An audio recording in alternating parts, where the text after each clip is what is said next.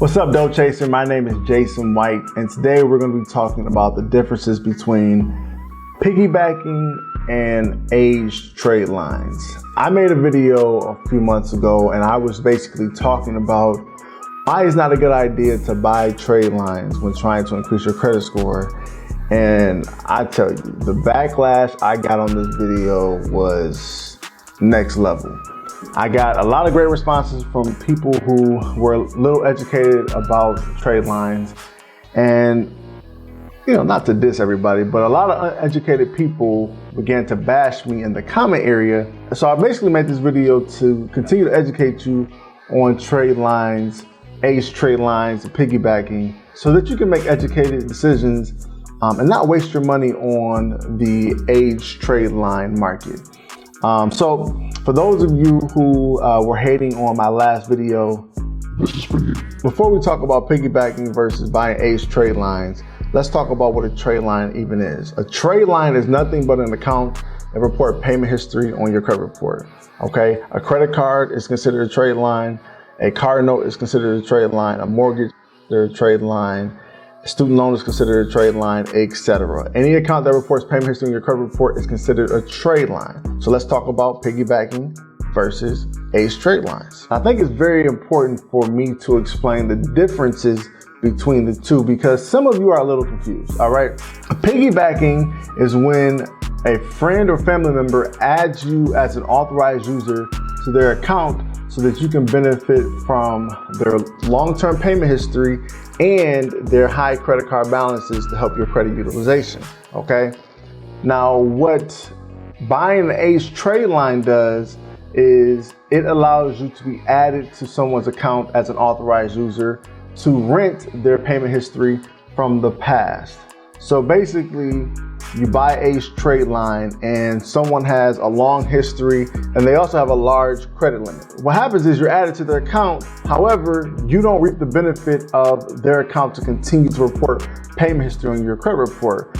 What happens is you get added to their account, and for maybe 30 to 60 days, it reports the payment history.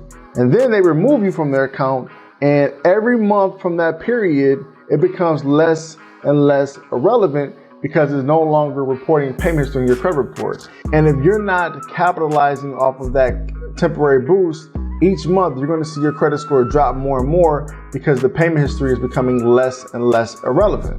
Also, the credit utilization is no longer helping you because now this shows up as a closed account on your credit report. One of the biggest differences piggybacking off of a family member or a friend versus buying an aged trade line is piggybacking is long-term visibility of the account on your credit report. Each month, as long as your authorized user is going to report payment history. Each month, as long as you're authorized user, that large credit limit is going to positively impact your credit utilization. With the aged trade line, you lose the benefit of the large credit limit. It no longer impacts you because now it shows up as a closed account on your credit report. However, the length of the payment history does help you, but each month it becomes less and less irrelevant because it's no longer reporting new payment history in your credit report. Does that make sense? Another big difference is one is free and one can cost you thousands of dollars. What I would rather you do is take advantage of the free one and get that benefit that way and use the thousands of dollars that you're going to use to buy an aged trade line and invest in getting your own card. Maybe use that money to buy your own secure card. And with secure cards, you don't have to make a huge deposit on the account in order to get the benefit. You can start with $200 to $500 and use that to positively impact your credit long term, because as long as that account is open, it's going to continue to report payment history in your credit report. And as long as you maintain low balances on that credit card, it's going to positively impact your credit utilization. Do me a favor. Before I go any further, I need you to like this video, subscribe to the channel if you're new to our channel, and share your opinion in the comment area. I would love to hear it. Please, do not be ignorant. Just let me know how you feel about this information I'm sharing with you. So let's talk about why people look to getting a aged trade line on the credit report. So some people, the average person, of course, doesn't have great credit, okay? their credit score is low. So they look into getting an aged trade line because they want that boost to their credit score. So they get the account, they get a boost to their credit score, and the average person is looking to use that boost to get a credit card, to get a car loan, or get a mortgage. The thing is, FICO, which is used in 90% of lending decisions, your FICO score, they're minimizing the impact that has to your credit score. So when you're looking to, buy a car, buy a house, especially when you're looking to buy a house, that trade line that you just added to your credit report temporarily is not even being used to develop your credit score. That means it's not helping you. So when you're purchasing these large accounts, these aged trade lines, you're actually wasting your money because it doesn't even help you in the mortgage lending process. Now, you don't have to believe me. I actually have proof. Yes, I do research. Some of you don't, but that's why I'm here, to help you, okay?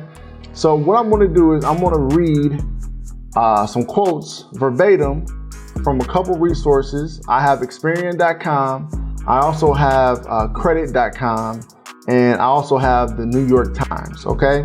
And what I'm gonna do is I'm going to read the information to help you, and I'm also going to provide links in the description of this video so you can do your own research just in case you don't believe me, all right? So Experian quote has mentioned the number of lenders reporting primary user activity on authorized users' credit reports is shrinking, and the latest versions of the FICO score, again, this is used in 90% of lending decisions, and VantageScore credit scoring systems take steps to downplay the impact of certain authorized user accounts in an attempt to discourage this practice. In certain instances, using a for-profit piggybacking service could be interpreted as bank fraud. What does that mean? That means that when you are looking to buy a car, buy a house, and you're purchasing these trade lines on your credit report, these aged trade lines, some lenders look at this as bank fraud. And if they look at it as bank fraud and you have on your credit report, we're talking about federal prison time over something so simple, okay? And fraud is against the law. Also from Experian.com, because authorized user accounts are not ultimately your responsibility, some lenders ignore them for purposes of evaluating creditworthiness. That means a credit score built solely using piggybacked accounts could be setting you up for disappointment. You might be offered promotions for loans with attractive interest rates based on a score buoyed by authorized user activity, only to have those offers on or downgraded upon closer examination of your credit report. Basically what they're saying is if you have trade lines on your credit report that were purchased for piggyback activity, and this is your credit report, they're going to ignore that. They're not even going to use that to evaluate your creditworthiness. Now, some of you may get lucky and you may still get the loan. However, if these companies actually were to do an internal investigation, you may get in trouble, okay? And is that a risk that you want to take? I'm not trying to discourage you. What I'm trying to do is educate you on the proper method to building your credit. That way you don't set yourself up for failure, okay? Understand that. This is to educate you, provide you with information so you can make an educated decision and end up making the right one, okay? A lot of you go for the quick win, and oftentimes that quick win can do more damage than it does good. And I'm tired of seeing you fail. So I'm making this information, I'm making this video to help you. And if you don't understand that, you need Jesus. All right, so I have some more information. And this is from Credit.com. A closed out credit card does not count as an active current trade line and unfortunately has no financial significance to a mortgage lender deciding whether or not to grant you a home loan. So basically, when you are looking to get a mortgage, mortgage lenders typically look for 2 trade line minimum, okay? They want to see at least 2 trade lines with payment history on your credit report.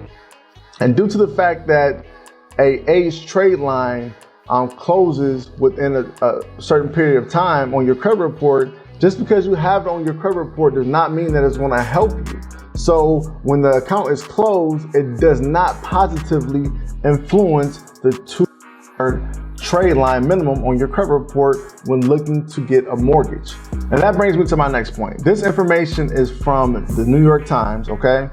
And they wrote, lenders began complaining to Fair Isaac, this is FICO, that this program, known as credit piggybacking, would undercut the credibility of credit scores.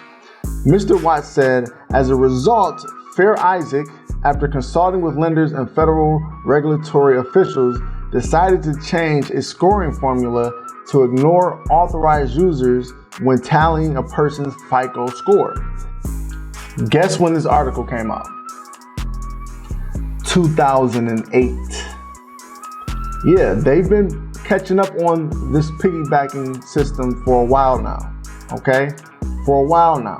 That means that their systems have improved, okay? Their systems have improved, and if they saw this as a problem in 2008 and it began to get popular in 2010, 2011, don't you think the system has improved dramatically since then?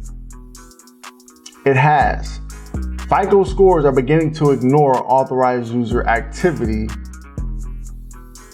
in general, okay? So the point of this is, again, not to discourage you, is to basically help you make educated decisions and end up making the right one. Being added to someone's account, a family member or friend, for free is a great decision. The thing about buying Ace Tradelines is it only helps you for 1 or 2 months. They remove you as an authorized user, and then the payment history begins to have a less and less impact on your credit score. All right? And that's the biggest reason why you shouldn't purchase an Ace Tradeline. Is 1, it's a temporary jump to your credit score. 2, they're beginning to minimize the impact to your credit based off of authorized user activity. And 3, it's too expensive. Building your own credit is definitely the best route to go because it's long term, you own it, and worst case scenario, if you get a secure card, you can get your money back. With the Ace Tradeline, you cannot. Instead of you paying $1,000, $2,000 for Ace Tradeline, I would rather you purchase your own Tradeline, get a secure card, and use those remaining funds to pay down debt. If you already have credit card debt, use that to pay down debt. It's important for you to understand when I say that trade lines don't impact your credit, I'm talking about the different FICO credit scores that you have. You have a credit score for getting a credit card, you have a credit score for buying a car, you have a credit score for buying a house. You have different credit scores for different situations. And when it comes to purchasing a home, authorized user activity does not impact those FICO scores. Authorized users activity doesn't impact the FICO 8 credit score. Now, authorized user activity can impact other credit scores. However, due to the fact that seasoned or aged trade lines stop reporting payment history within the first 1 or 2 months, if you're looking to build off of that temporary boost, you better act quickly. Otherwise, it's a waste of money. And the quickest way to build off of authorized activity, because regardless of if it's piggybacking or it's an Ace trade line, it's still authorized activity. The best thing that you can do is get your own credit card based off of that jump. However, you have to understand that the jump is based off of how it impacts the 5 components of a credit score: payment history, credit utilization, length of history, credit file mix, and inquiries. If it impacts your credit greatly, however, you have components of your credit that are still a hindrance to your credit score, like you have collections, you have late payments, all that on your credit, you're still going to have a hard time taking advantage of that boost in your credit because those negatives are hurting your credit worthiness, okay? And in my opinion, I would rather you pay down debt, get a secure card with those funds that you're going to use to get an Ace trade line, and partner up with your friends and family and have them add you as an authorized user so that you can piggyback off of their success long term. Outside of that, do not buy an Ace trade line because it is a waste of money. You heard it here live with Jason White.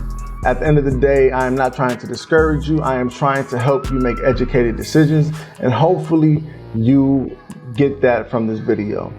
If you are someone who still believes in getting aged trade lines and making that investment and buying those, I'm going to pray for you, okay? But for those of you who know better, continue to do better and reap the benefit. Please like this video, subscribe to the channel, and tell your friends and family that you heard it here live with Jason White. Thank you for your time. I'm out. Peace.